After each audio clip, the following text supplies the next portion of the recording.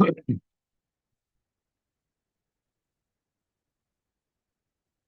Om.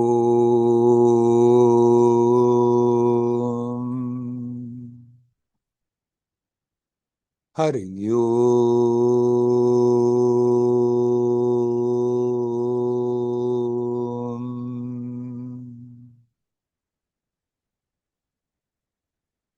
Hari Om.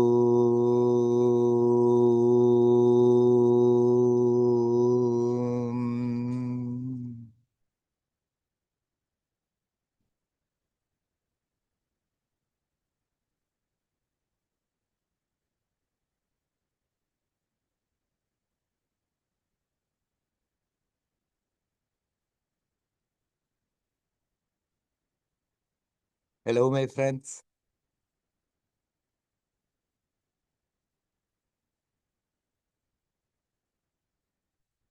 What is real?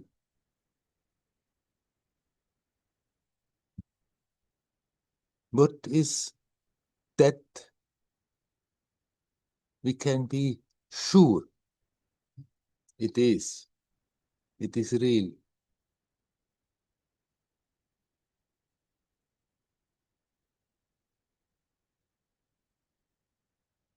One can question everything that one is experiencing.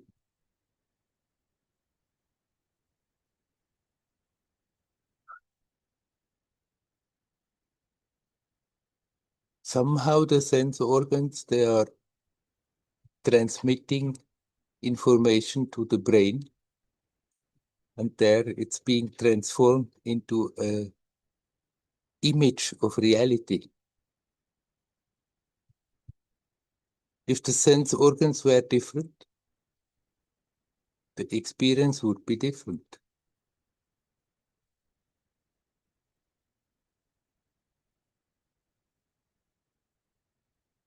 What is real? What can we really be sure? I remember suddenly it really struck me when I was a little boy, not yet going to school. One morning I thought in the night I was dreaming, and while I was dreaming, I was sure it was true, it was real. And then I woke up and it was not real. How can I be sure that this is not a dream? How can I be sure this is more real than the dream? Because when I was dreaming, then I also felt it was real. So I was brooding over it, and then I went to my mother and told her my dilemma. And she gave me the philosophical answer, pinch yourself, then you know you are awake. But that pinch is also in that same dream reality.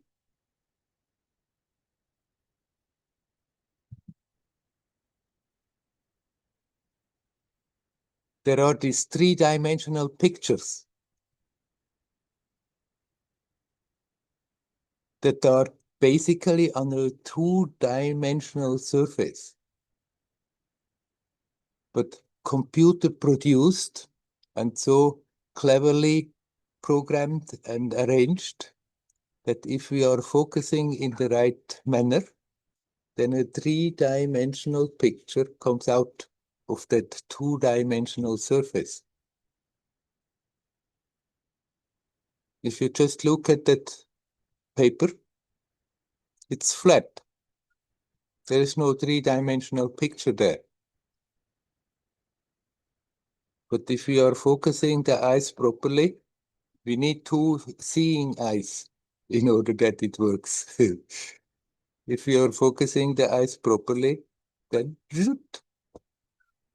a slightly different information that goes to the two eyes to the brain produces in the brain that experience that there is a three-dimensional picture there.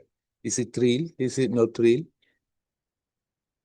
My friend can see it if he has good eyes and can focus. My neighbor can see it.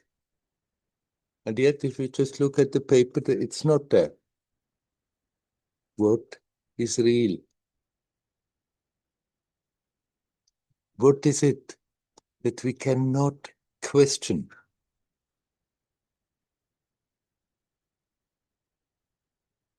Everything one has learned, one can believe it or can have a doubt. The whole education, one can believe it or one can doubt. What you hear in the news, you can believe it or you can doubt. What is it that we cannot doubt?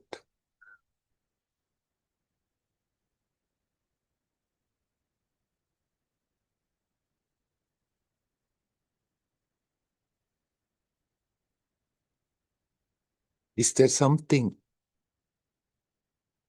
that is so absolutely beyond a shadow of a doubt? People believe in God according to what they are being told by their religion, believe in God fervently, often. And yet, there is still room for a doubt. Sometimes, even for a devotee, the doubt creeps in.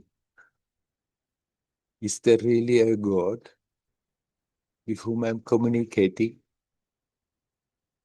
Is there really a God that is all powerful? There is a possibility of doubting it. You can believe it. You can believe it very strongly. You can have firm faith.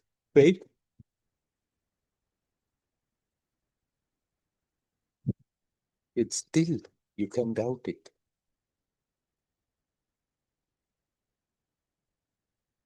But what you cannot doubt is that you are here, aware, conscious, alive.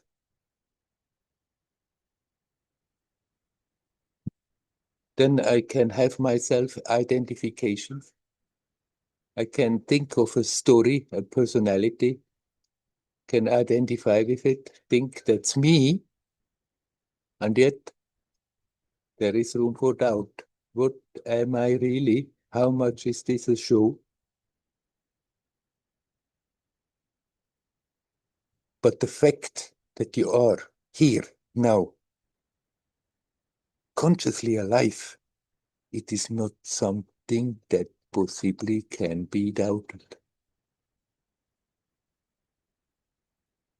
We can have faith in God, we can have faith in the Guru, we can have faith in what we have learned from our teachers, but still there is the possibility to doubt it. Maybe it's not as real as it appears, maybe I'm somewhere mistaken, but you cannot be mistaken about that one thing. You are conscious. You're consciously alive here, now. What happened yesterday, I can doubt. Maybe my memories are playing tricks with me. But that you are here, right now, living, experiencing, feeling, thinking, you cannot doubt. You can doubt the content of it. You can doubt the reality of your experience,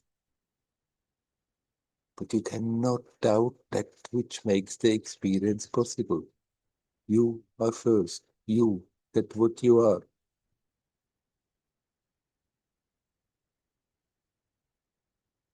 This is the source. This is where all the strength comes from.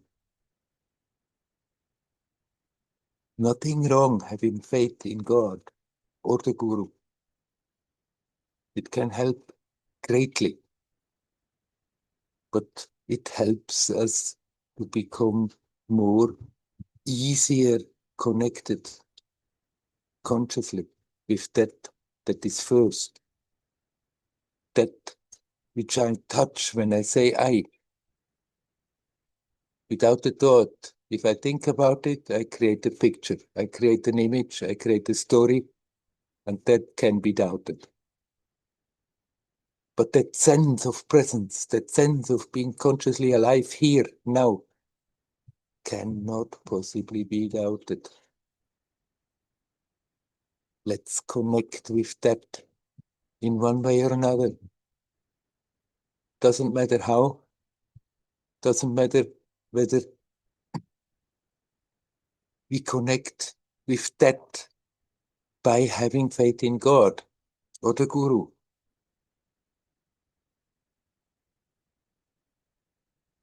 It's still that which we are touching. And that faith is there, then the heart opens, and consciously we are alive here now.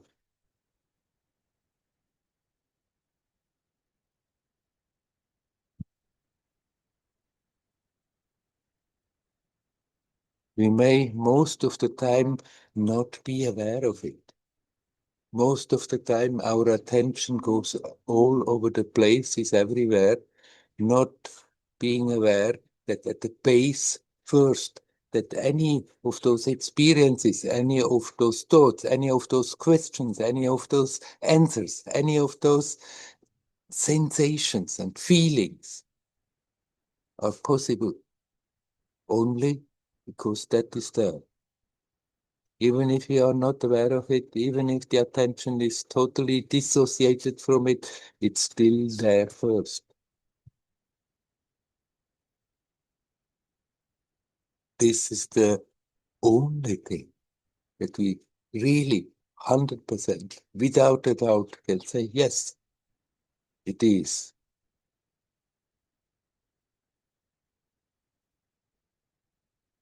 Everything else can be doubted. The reality of it, the solidity of it.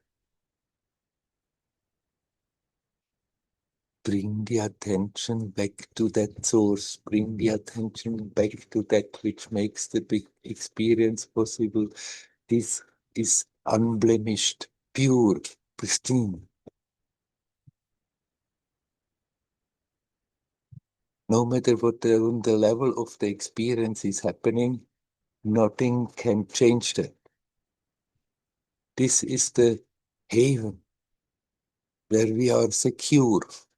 We can try to create security with all kinds of means.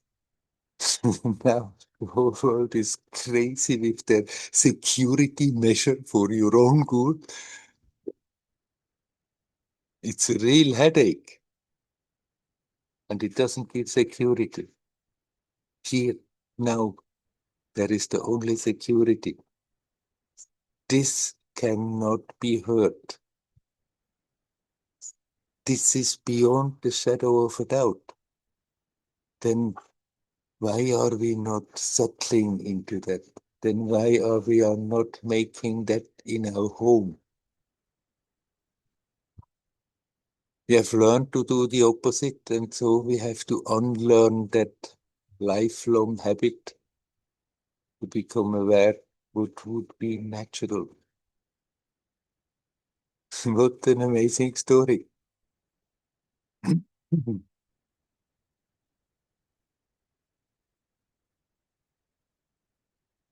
Here, now, you're conscious.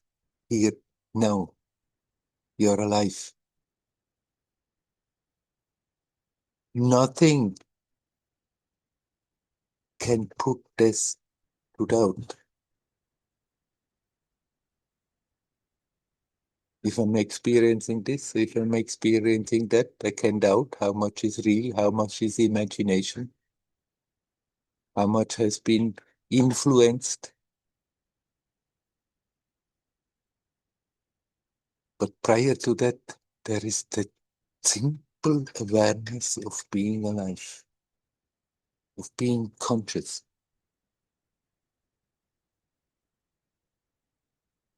Let's come home back to that.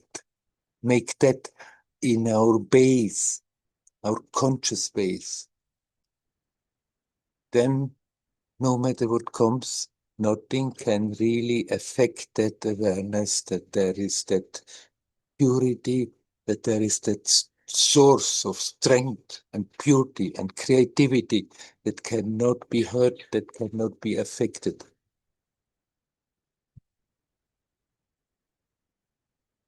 The mind can be affected, brain can be poisoned, creating all kinds of funny experiences. But prior to that is this simple beingness, that sense of presence.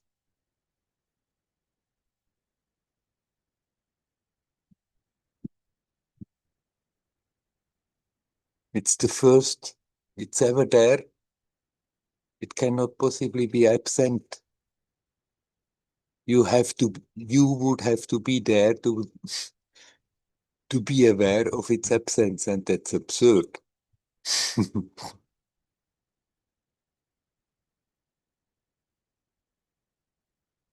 Sometimes people tell me, but I know the reality, there is absolutely nothing. Even I am not there. I have experienced that. And then I ask, so you remember that experience, you remember it well. And they are sure they remember it well.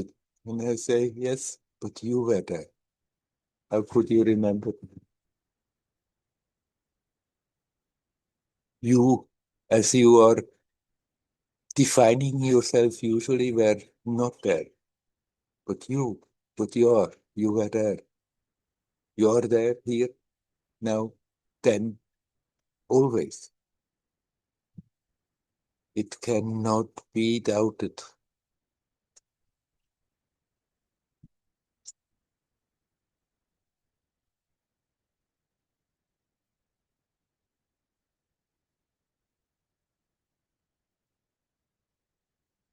We just have to go about it. The tendency now is that the pull to get lost in the superficial happenings is so strong. So it's so imperative that we remind ourselves, come on, bring the attention back to that. Here, now, this cannot be shaken up, cannot be hurt, cannot be killed, cannot be amputated. Nothing can be done to that.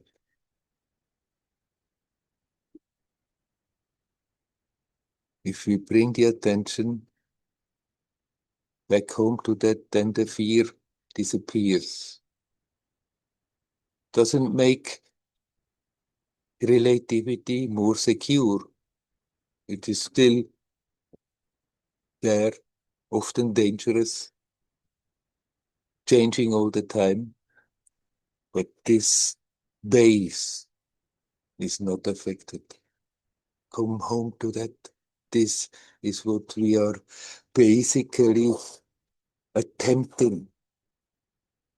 Once we get on that spiritual path, once we start to wake up from the half sleep that most people's life is, just somehow being a little bit awake enough to function, but half asleep.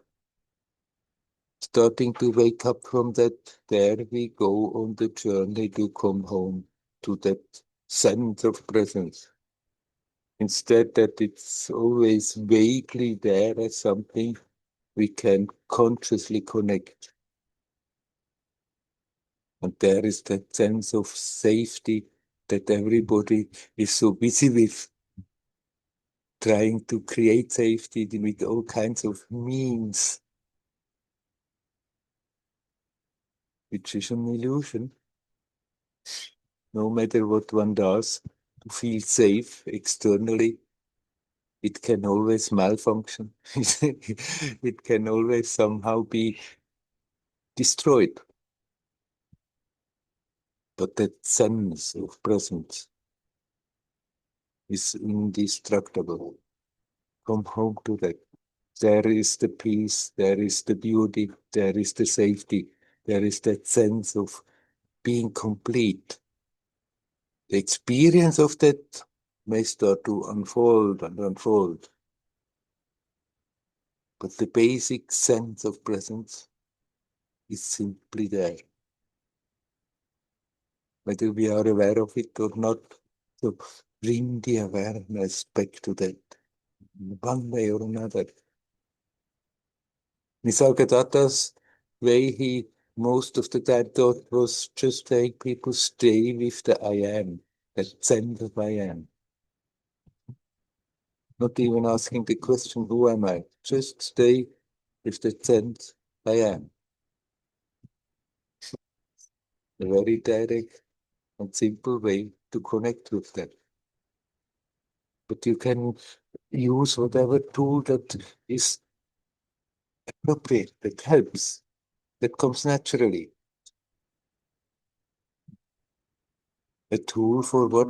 A tool to help the attention to redirect back to the source instead of being so totally absorbed, going round and round in all the things that one thinks, being so worried about the events that are happening.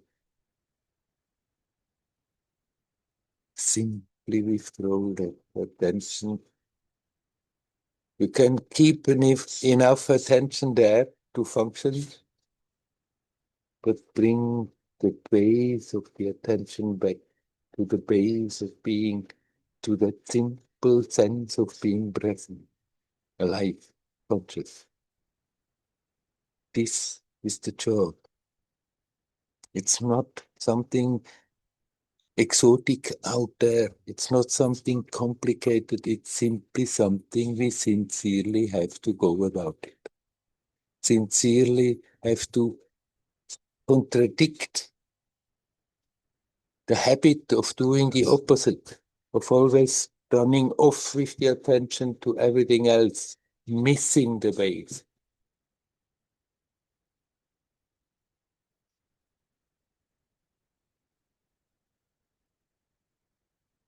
As that habit has grown stronger in time, it may take some time to completely remove it, but every time you really sincerely connect, you're right there.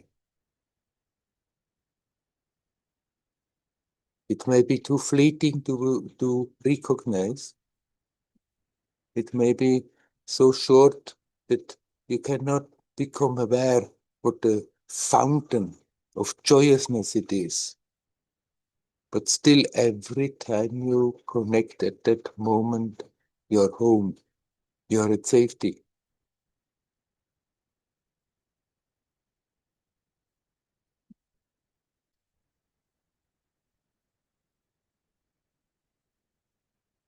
All the different practices is to help that. All the different spiritual techniques and paths is to help that basically simple thing.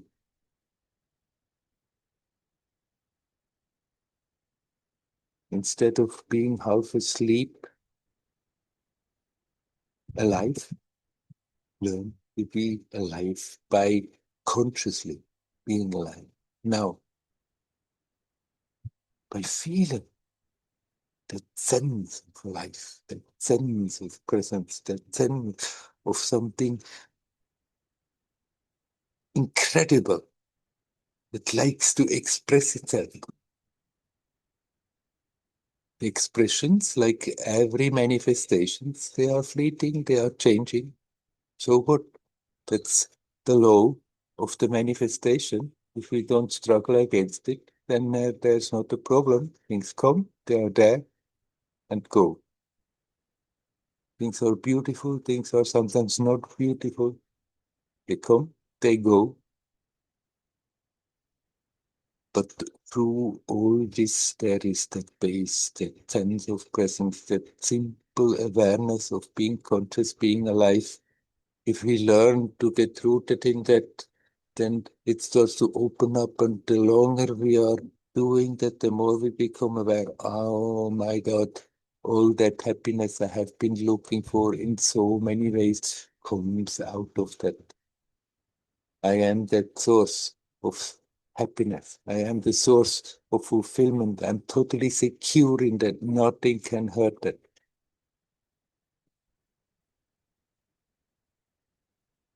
If we do so, our own life becomes joyous, playful. On top of that, this is a great, beautiful influence that we can send out to the collective consciousness and make it easier for other people also to connect consciously with that. Sometimes, if one really goes for the spiritual path and less and less is less and less interested in all the worldly things, then others say, "Ah, this is egoistic. This is egoistic." No, that's how it may look from the standpoint of the ego. But actually, this is the only way to go beyond the ego, to come to that state prior to the ego, prior to that selfish personality thing that is going on. It's the least egoistic thing we can possibly do to bring the attention back to that which is prior to the me, egoistic self-identification with the personality.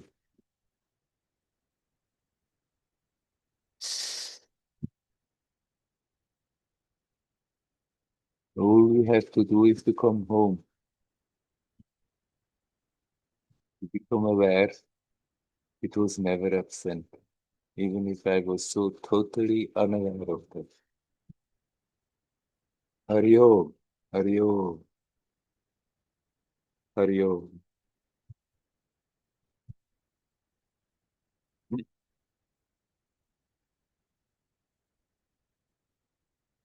All right, my friends,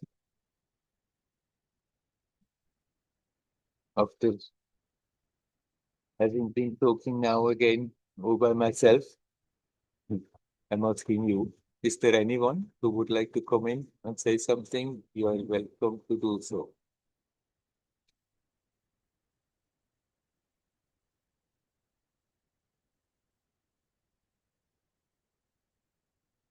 Hello, Yosh. Hi, Vana. Can you hear me? Yes, I can hear you. A bit faint, but I can hear you. Okay, good. Um, cool. I'll just bring it closer and then hopefully you'll be able to hear. Um, so, uh, I've been working through, kind of living nearby my family home, for the first time in maybe 10 years or so.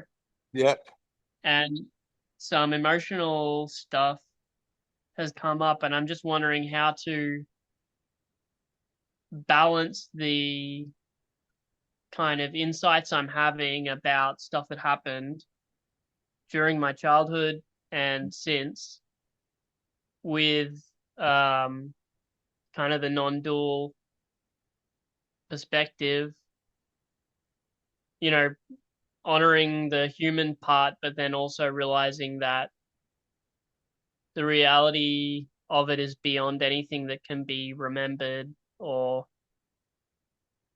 given a narrative to or anything like that. So, yeah. yeah. How to integrate those two levels? Hmm. Actually, Yeah. it's not difficult. You make that one impersonal beingness level your home. And from there, you can observe the game, the human game that is happening now. You can observe the emotions and the memories that come from the past.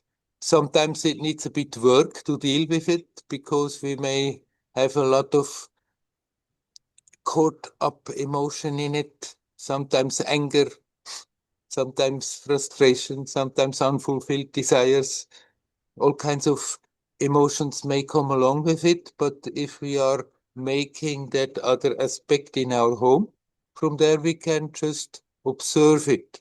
Observe it come to the surface, manifest again as emotions now, and then let it go. And so even charged memories that have been suppressed and come suddenly to the surface with a lot of feeling, with a lot of waves going on, if we learn then not to get stuck in the story again and be in the past, but be in the present and see what's going on, then all that can evaporate and then it's just a memory, a useful memory that makes us wiser how to deal with the present.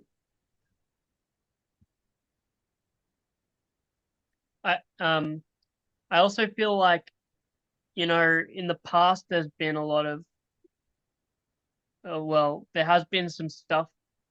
I'm not sure if it's still an issue, but it feels as though the way my family or my mother in particular perceiving me is related to my struggles from quite a while ago.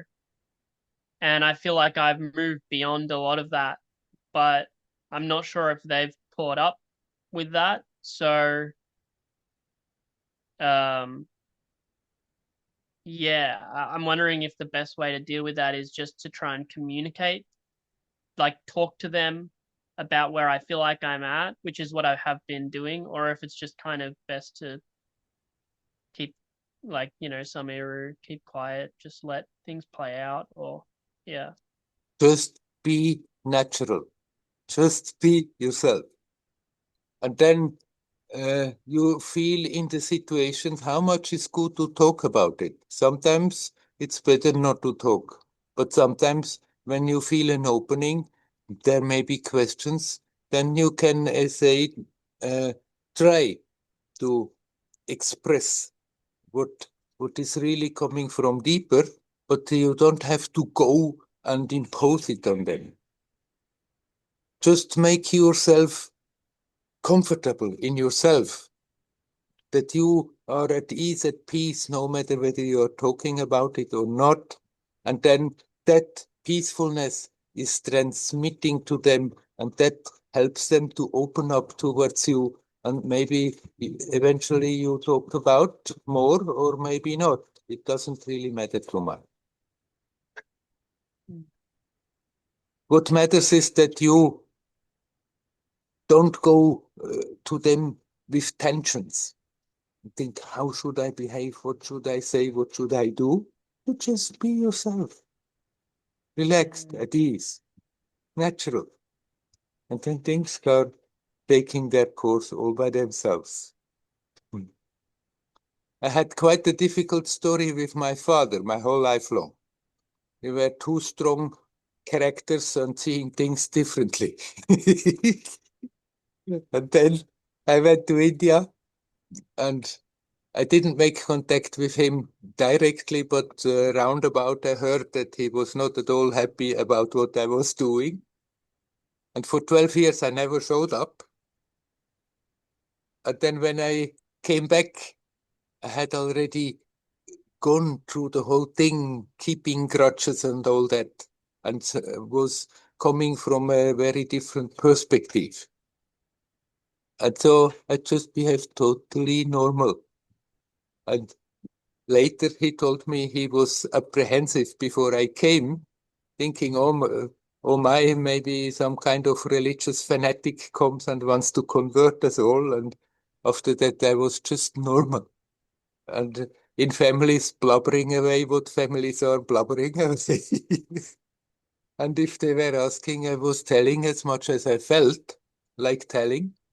And actually, it he let go his defenses, which he had had his whole life. Previous, I also had. We both had defenses, and then we would clash.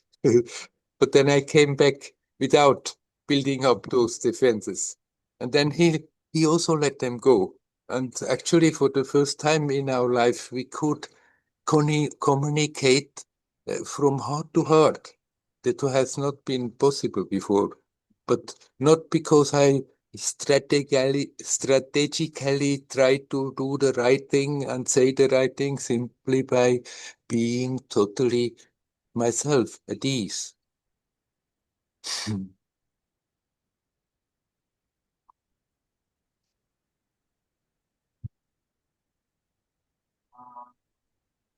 Yeah,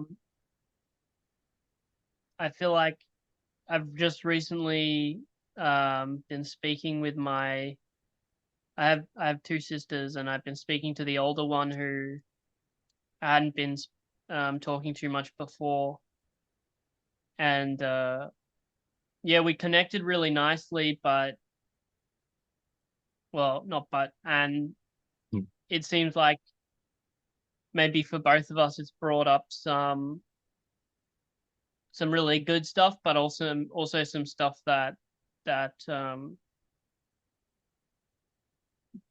is challenging. I that she's finding challenging and things like that. Mhm. So it's interesting because um, my family, they seem to have always been like this embrace of love is there if I want to go, but um,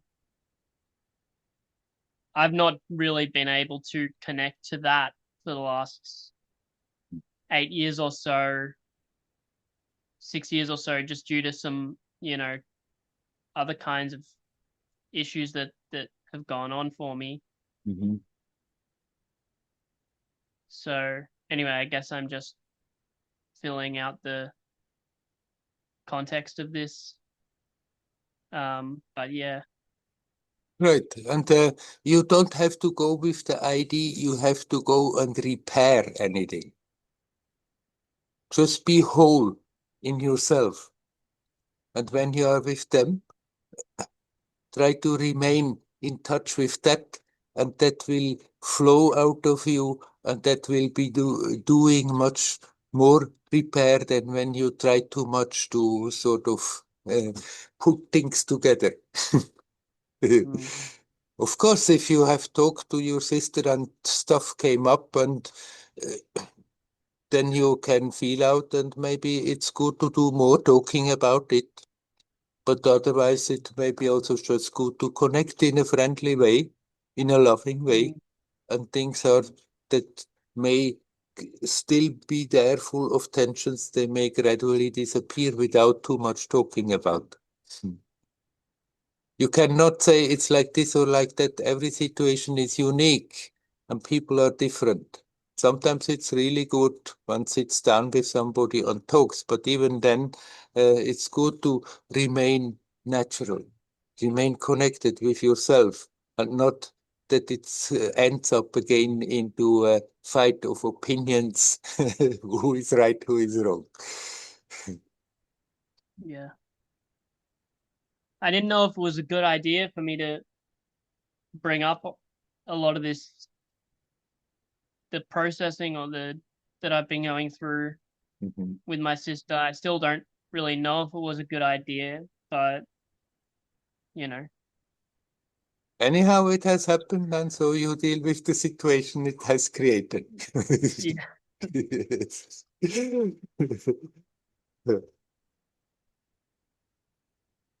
No need of brooding about it, whether it was good or bad. That's the situation, it has happened. And you feel from her side whether she is eager to go more into that or whether she is rather withdrawing, and then you can act accordingly. You can be very at ease with people who have totally different ideas if we don't start that fight about ideas and what is right, what is wrong, but basically just learn to be in the present, connect with the people, and then actually it brings that good aspect in them out where you can connect.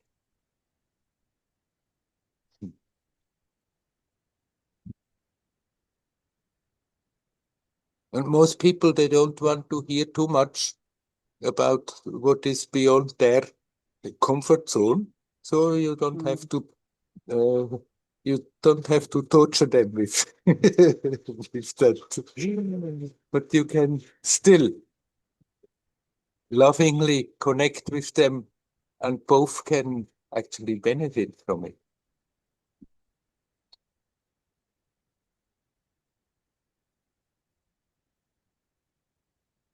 Thank you. You're welcome. Hariom. Carry on. Hariom.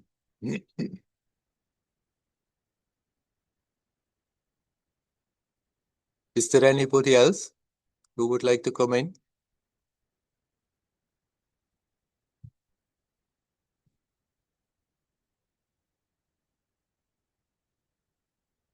Okay, just to stay with the same subject, in human interaction, the most important thing is that what I have been talking about in the beginning, what I'm talking about all the time. Learn to be yourself, not so identified with the personality and then have to defend it all the time. As long as I'm identified with a personality, then I'm very vulnerable, and then I have to defend my standpoints and have to defend everything. If I stop doing that, if I'm just natural, at ease, if I bring the attention back to myself, feel that I am alive, then we can deal in that human interaction from that perspective, and suddenly things that have been very complicated may become very easy. It is not a guarantee. Sometimes there are confrontations, and we accept that there is a confrontation, deal with it as good as we can. If we are capable to remember, even in the situation, then connect and relax. And it's so much easier to deal even with a trying confrontation.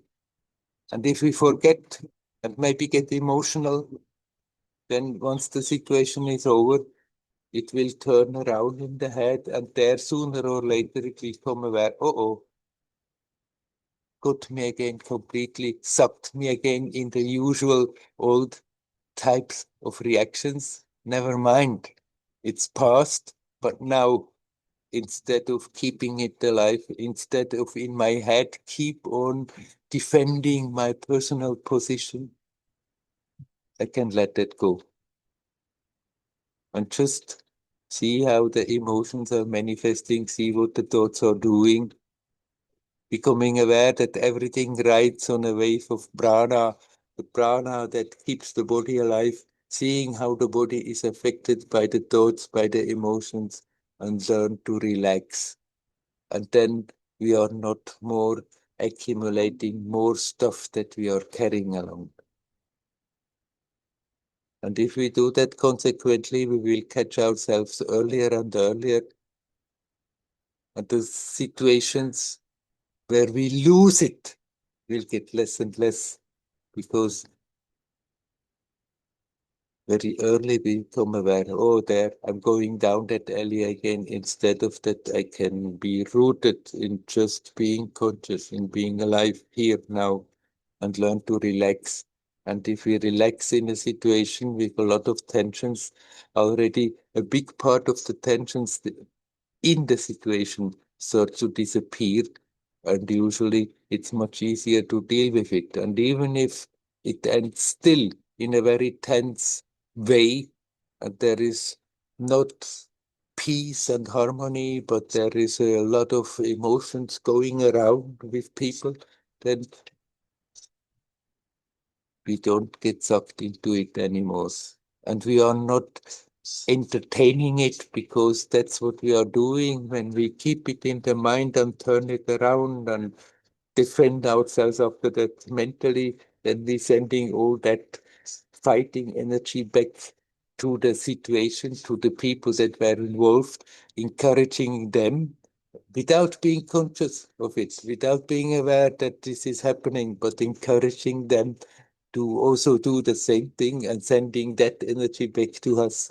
And so we can create a circle that goes on and on and on for a long time, or we can become aware, oh, there, I'm going into that again. And it doesn't matter whether I'm right or wrong. What matters is that I'm not entertaining that circle that is simply waste of energy and hurtful. That I can see the emotions, see what they are, perceive what they are doing on this psychophysical manifestation level and learn to relax. Then old stuff that we are still carrying along comes up and goes away. The heaviness, the burden of it goes away. The memory remains, but the charge goes. And new stuff, we can deal with it, digest them without again adding more stuff in the subconscious, in the burden that one is carrying along. It's all a matter of learning to connect. Then everything becomes easier.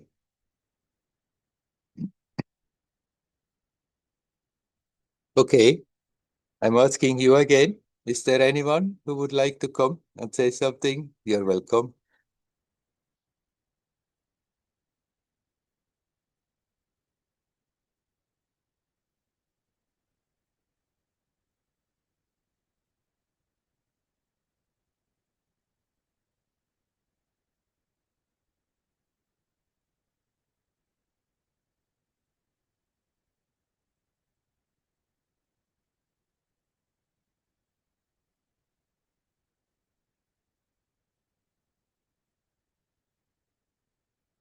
Okay, then I'm switching the subject.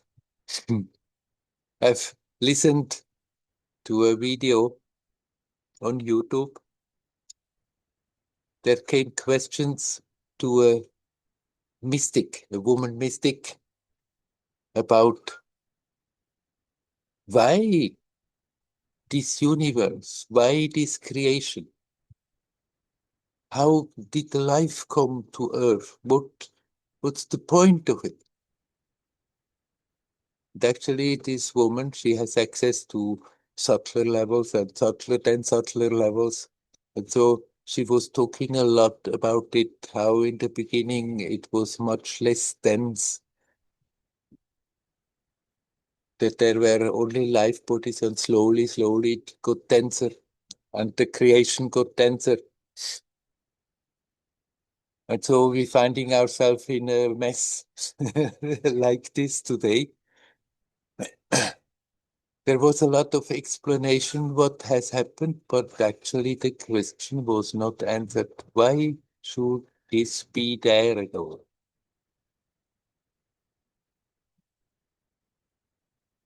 What's the point if there is oneness? In that oneness, there is peace, there is harmony. Why should there be a creation? Why should there be the experience, the idea that one is separating away from that oneness? As a soul, as an individual, as a identity. The fact is actually we are never separating away. But it may feel like that if we somehow lose that conscious connection.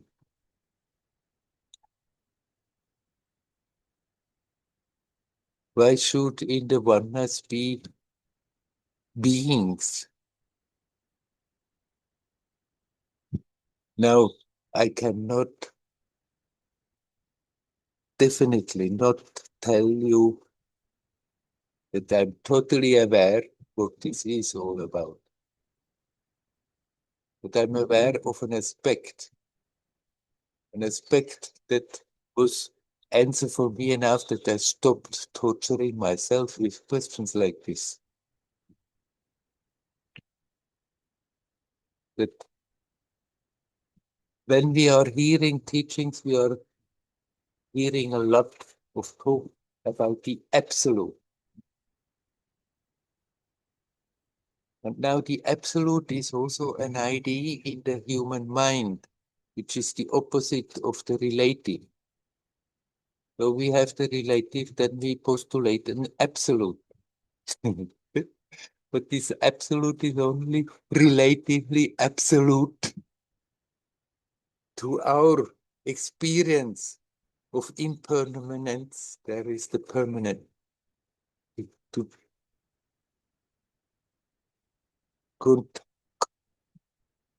the contrary of everything is changing all the time, there is that changeless. And yet,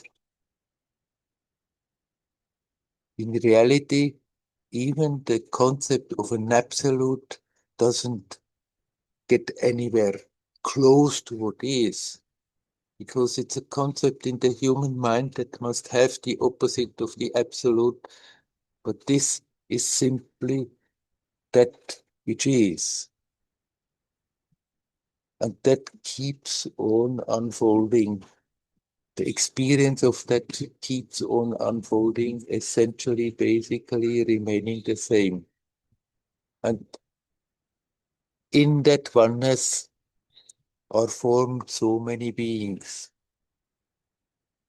There is no conflict, there is no disharmony, there is all oneness, and yet each one it is a center of perception in that oneness and has its unique flavor. And then that being is projecting into those expressions, into those manifestations, into those universes, into those worlds.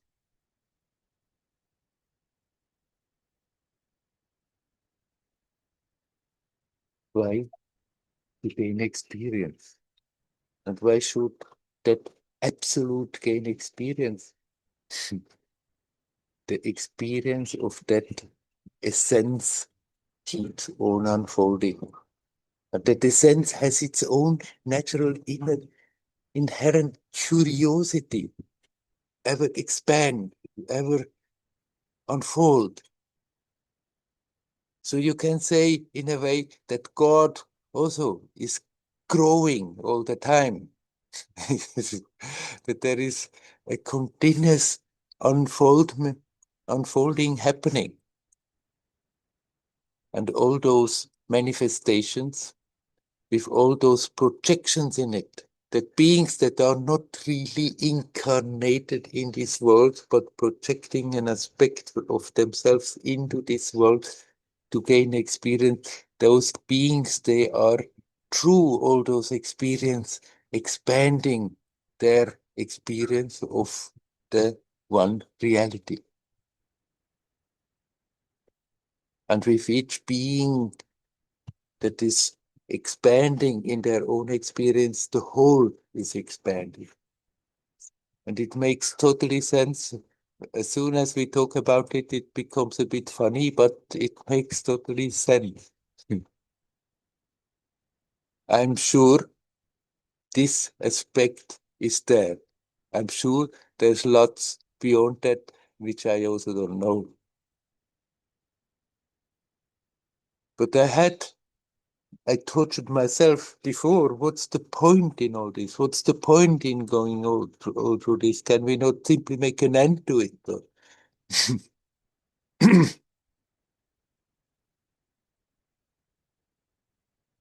And becoming aware of that aspect was enough that it made fully sense, enough sense that we have the patience to go through whatever we are going through. That we can accept it makes sense. The whole creation makes sense, projecting into the creation, and even if the awareness in the course of the process of the oneness is lost, going then through the whole story, through the whole painful story many times, is accumulating something very precious that is benefiting the whole Of course, that being that is projecting is the first to benefit, but as everything is connected, everything benefits from it. That oneness likes to express itself, manifest itself. And in that manifestation, in all that is possible, that can happen, that has happened, that may happen, in all those manifestations, something very precious is happening. Something very precious is accumulated that is expanding that experience of that one essential reality. I cannot express it better in the words. It has been enough for me to stop questioning all the time. Does it make sense? Why should we do all this? Why should we go through all that? Okay, let's simply go through it. Accept the situations as they come, deal with them, let them go, learn to become stronger and more rooted in that essential basic awareness, no matter what is happening. And in that way, actually, we are getting the greatest benefit out of it as a manifested individual. That being that is projecting gets the greatest benefit of it. And through that being, the whole rest of that one reality gets benefited by it.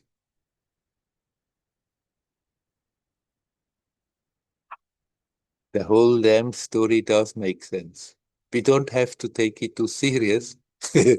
We don't have to take it as the reality. It's not as real as it appears. It's a magic show,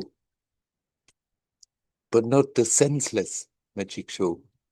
Not some kind of a cosmic accident that we have fallen off the oneness and suffer hell for it and have to struggle, struggle, struggle, and finally we are back where where we started.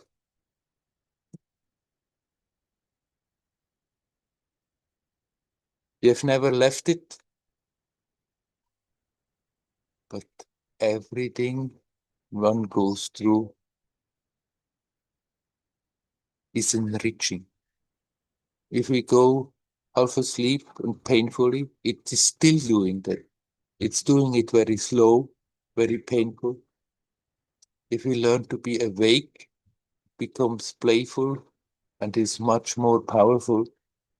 But everything one is going through is enriching that one reality.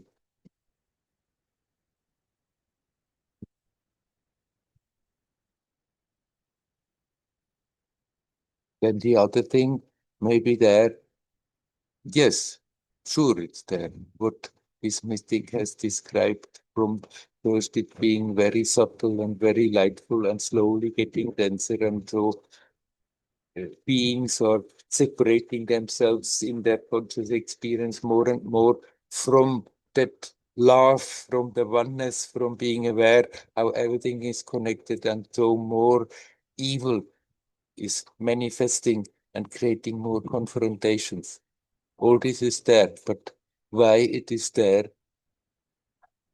I'm sure, as I said, there is more to it than what I know, but one aspect is definitely that one reality likes to experience itself in ever new and new ways, ever more and more, and the experience, the power, the beauty, the intensity, the ecstasy of it keeps on unfolding.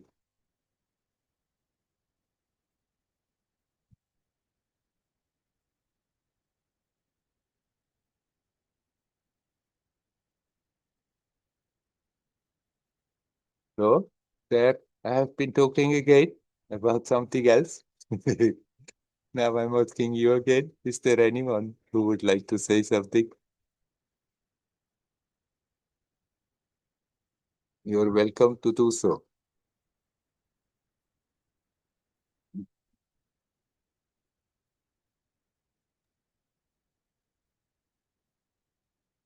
Hello. Hello, Andreas.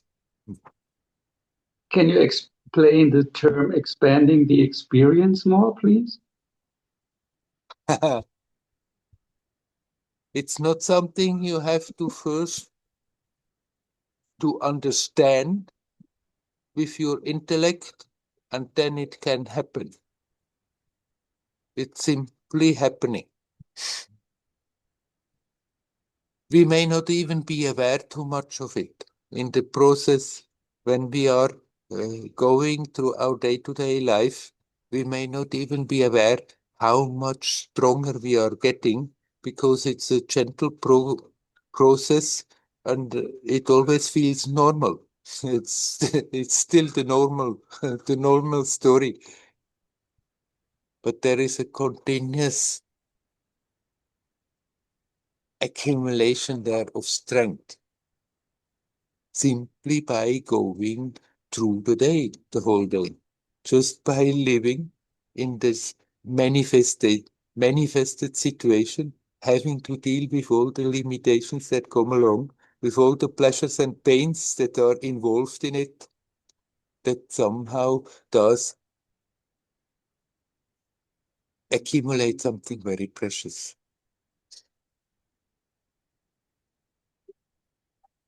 It happens automatically, but if we learn to be conscious, then there is a much increased power in it.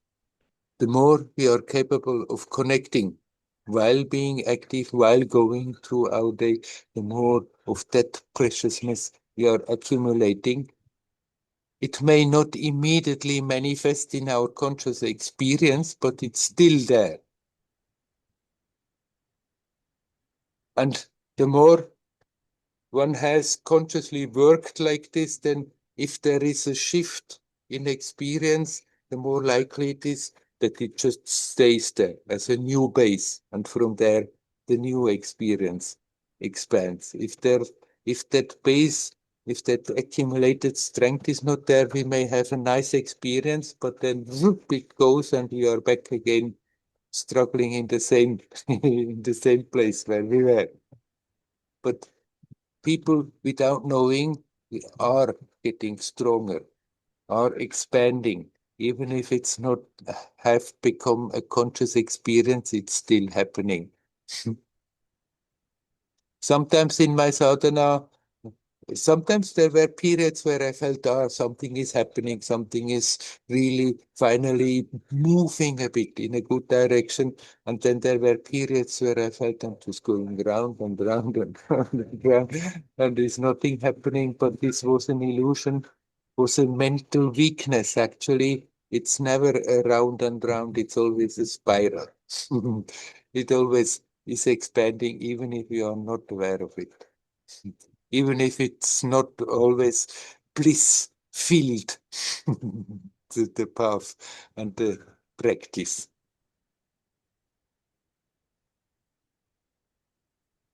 How does the term contracting fits in there? Like sometimes it feels like people are contracting, especially like if they avoid some part of their experience, like in anxiety. There is only a contracting in the conscious experience, not in what is really going on.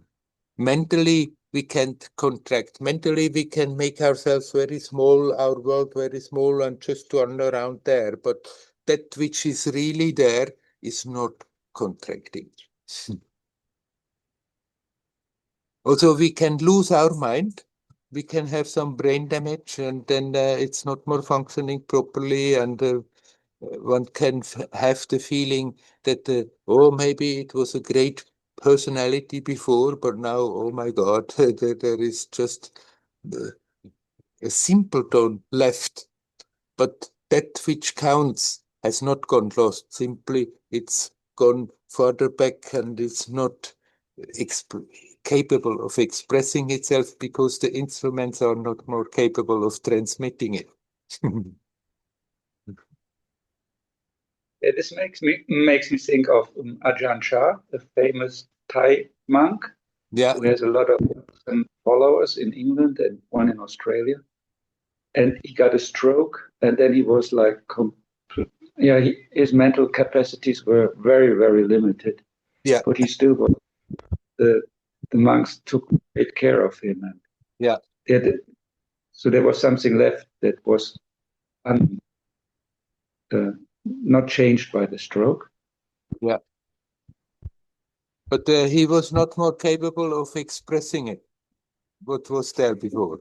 It was not that he had contracted in reality, simply something has contracted in his capacity to transmit what is there.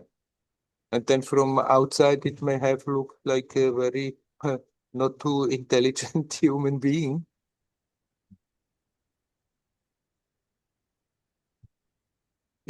But he's not more there now. It's not there. No. I think Yeah. he died. Yeah. Yeah. Right. His disciples are very old now, some of them that live Yeah. in England. I see. Yeah. Yeah. Edo, Suchito. But what about other old people? Like I'm working very much with old people, and a lot of times I feel they are very rigid. They are not open to new ideas. They're very hard to reach them. So, so yeah, and especially if they have if they are fearful, yeah, it's very hard to get them an idea that their avoidance of the experience makes the anxiety worse. Right. Yes, unfortunately, that is happening often, that people who have not taken too much trouble to live consciously, after that, when they get older and the channels are not more working so nicely, that then their mental activity is very much reduced. And often just old habits are basically functioning still, and most of the time not the most pleasant habits. That doesn't mean what they have had before, when they were still functioning in a more broad and larger way, that this has been lost. It simply sort of has already withdrawn from this level. But it's in their being, it has not been lost. It's just unfortunate that then they are so identified with their personality, and after that, when things are getting more difficult, then the tendency is that instead of getting broader, they get more narrow.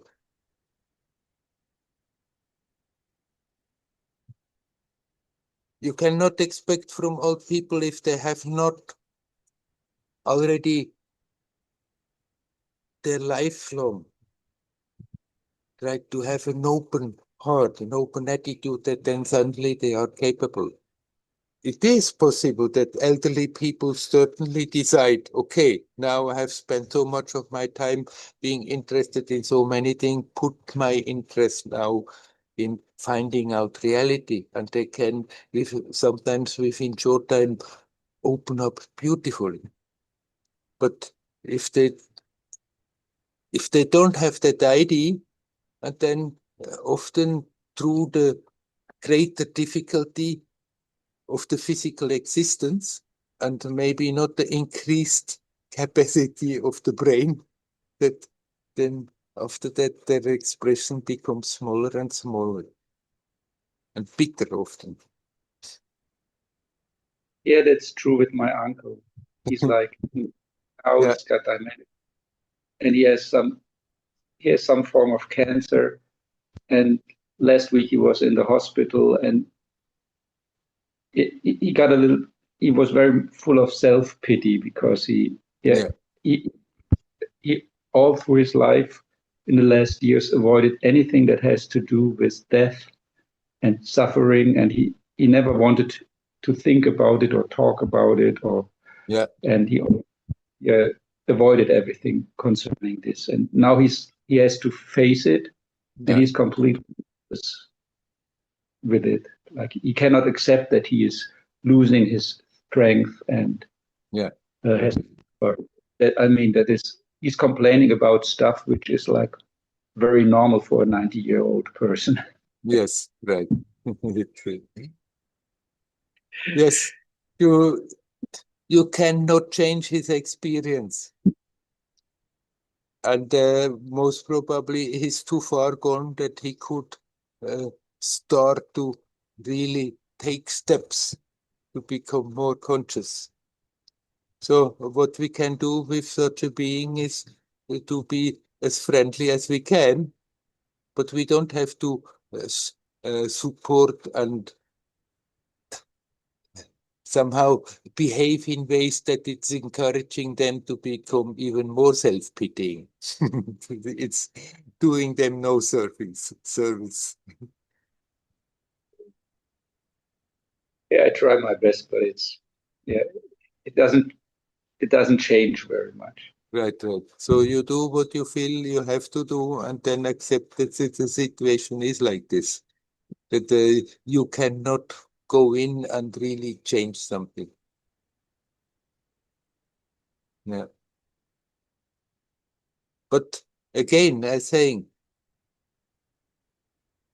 we are not losing what we really accumulated, that wealth we accumulated just going through our life, even if somebody is not taking too much trouble to try to be conscious, just by living very ordinary, half asleep, but still that combination of the consciousness and the physical and the energetic, and then this whole confrontation that comes along with it is accumulating something very precious, and that has not been lost. Even if somebody becomes a bit simple and very reduced in old age, it's there with that being that is projecting into this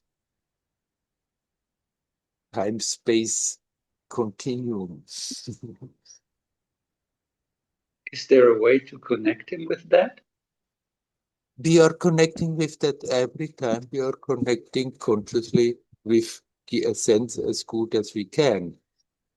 We may not be aware that there is so much more strength. Sometimes one suddenly becomes aware, actually something must have happened, because I remember in a situation like this 10 years ago, I would have exploded like anything, and now I'm capable of a quite cool deal with it. So there are the pointers, even if we are not aware how much really has happened, there are sometimes the pointers like this that say, something must be happening somewhere.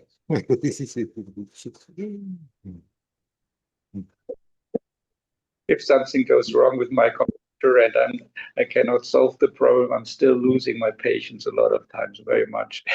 Getting angry if I'm going around in the same circle and he's giving me all the same information. And yeah.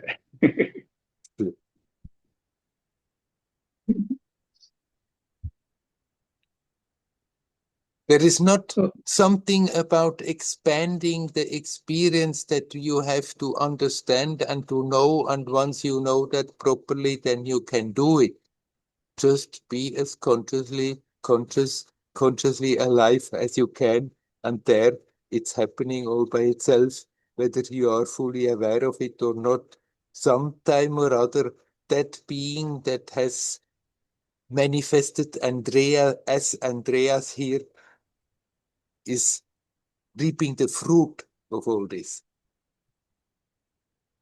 Yeah, some fruits I experience of it. Right, right. I'm sure you do. Yeah, yeah. Okay.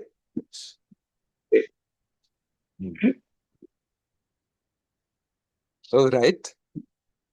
You wanted to say something else? I don't know. I realize more and more, and hearing it from you, that trying to understand it is not really very essential or helpful. Not understanding with the intellect, with the idea. Once I understand that, then I can do it. It's more the understanding grows by experience, by direct inner knowledge. which is not an intellectual process, which is another kind of understanding, an understanding by knowing.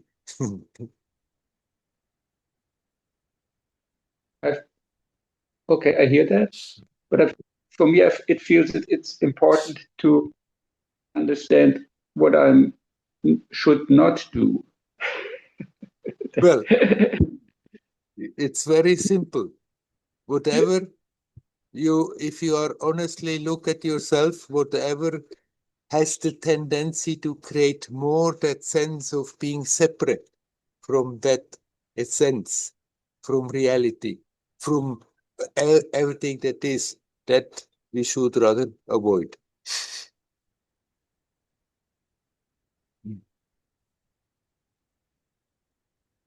I'm very doubtful about myself a lot of times, and this makes it difficult to just like trust the experience. And I'm always checking, am I doing it right?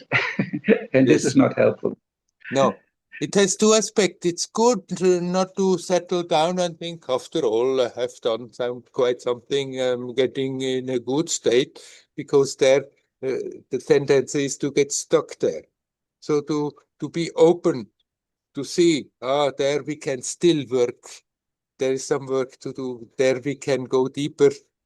Is good, but then be careful not to make it into a handicap by always saying, anyhow, you're not good enough. Anyhow, there we are rather making it more difficult. Or I'm always asking, like, is this it? Is this the right experience, or should I? Yes. So you can always think, okay, thank you very much. Wonderful experience, and be open to go beyond it.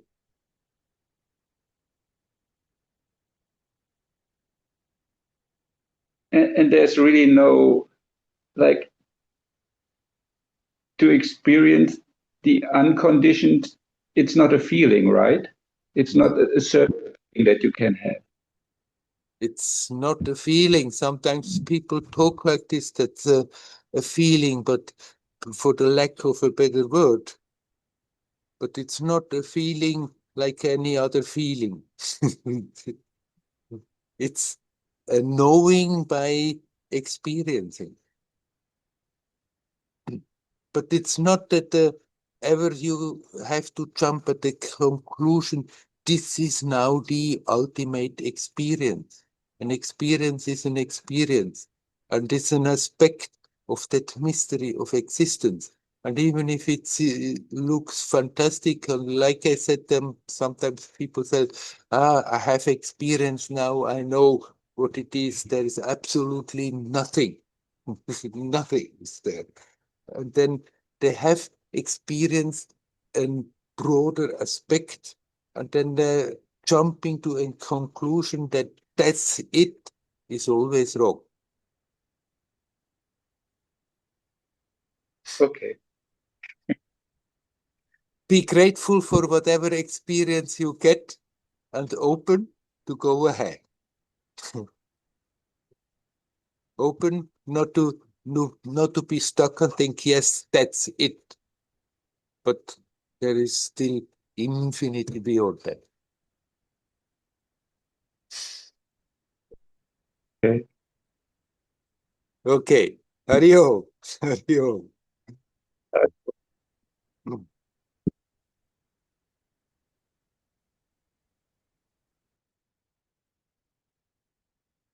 Is there anybody else who would like to come in?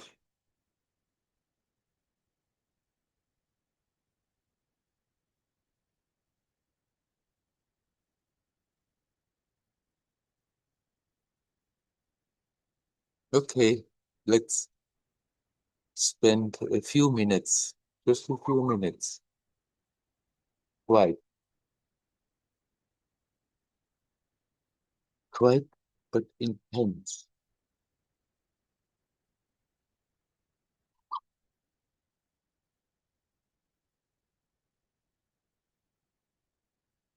Just remaining consciously in touch with that sense of presence,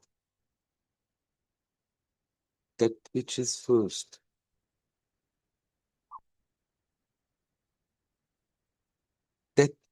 which we cannot possibly doubt.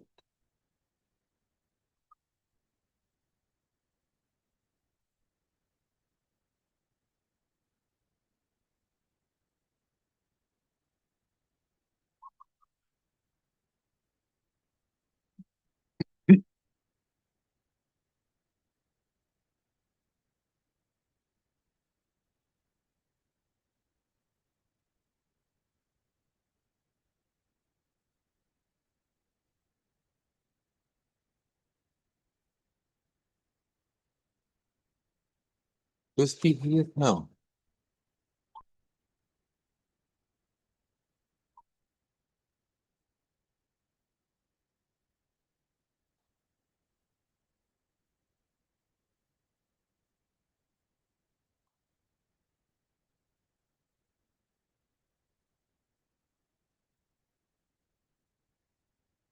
Just aware of being aware.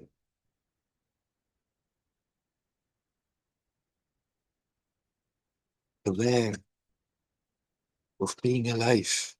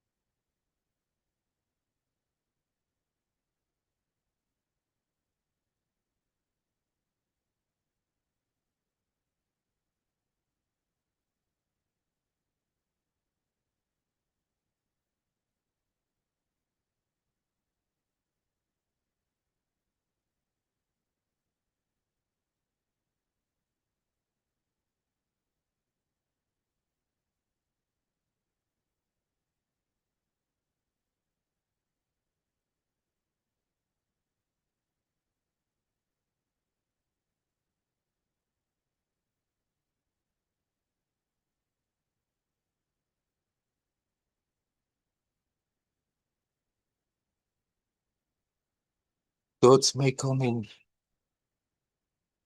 wanting to pull the attention into things that have happened, that might happen, or just fantasies. Simply don't get interested. We don't have to fight with it. Simply redirect the attention to that simple sense of presence.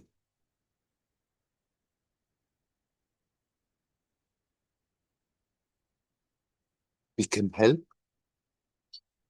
with awareness by simply consciously breathe.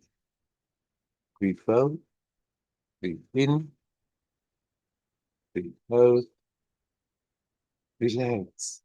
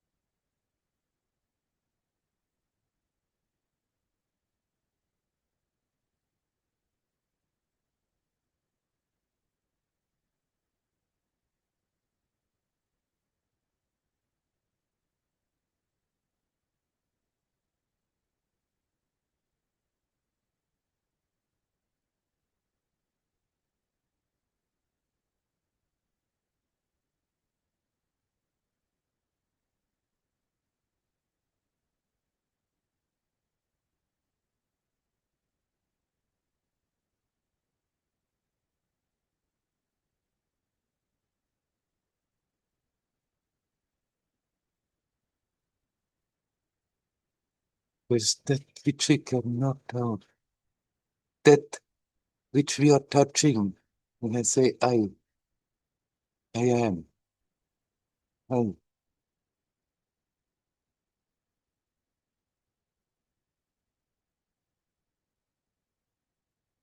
No need to think about it.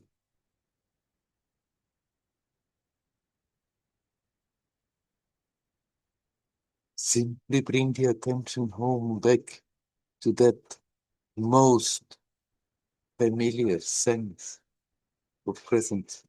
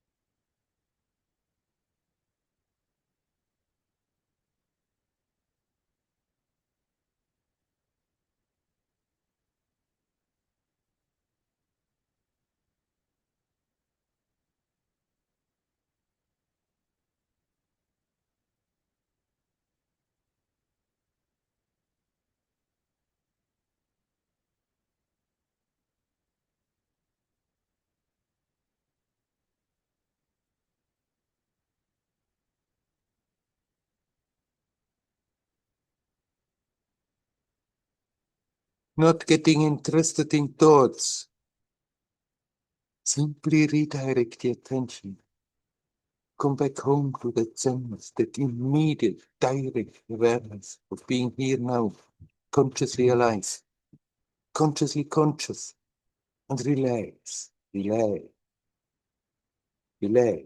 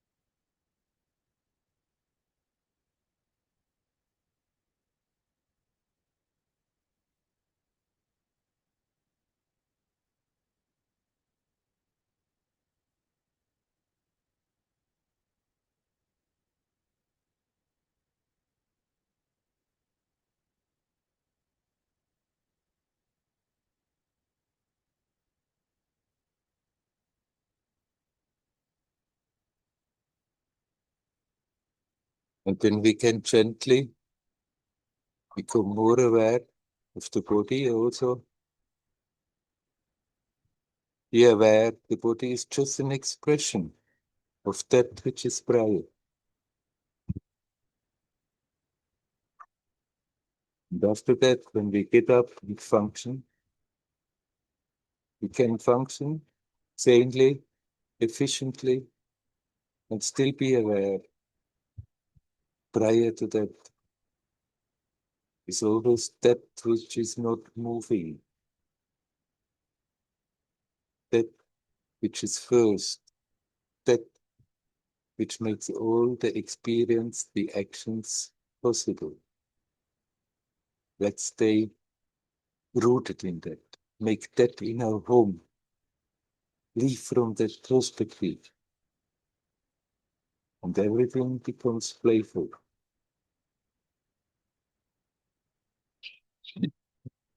I wish you all well. Hari Om. Hari Om. Hari Om.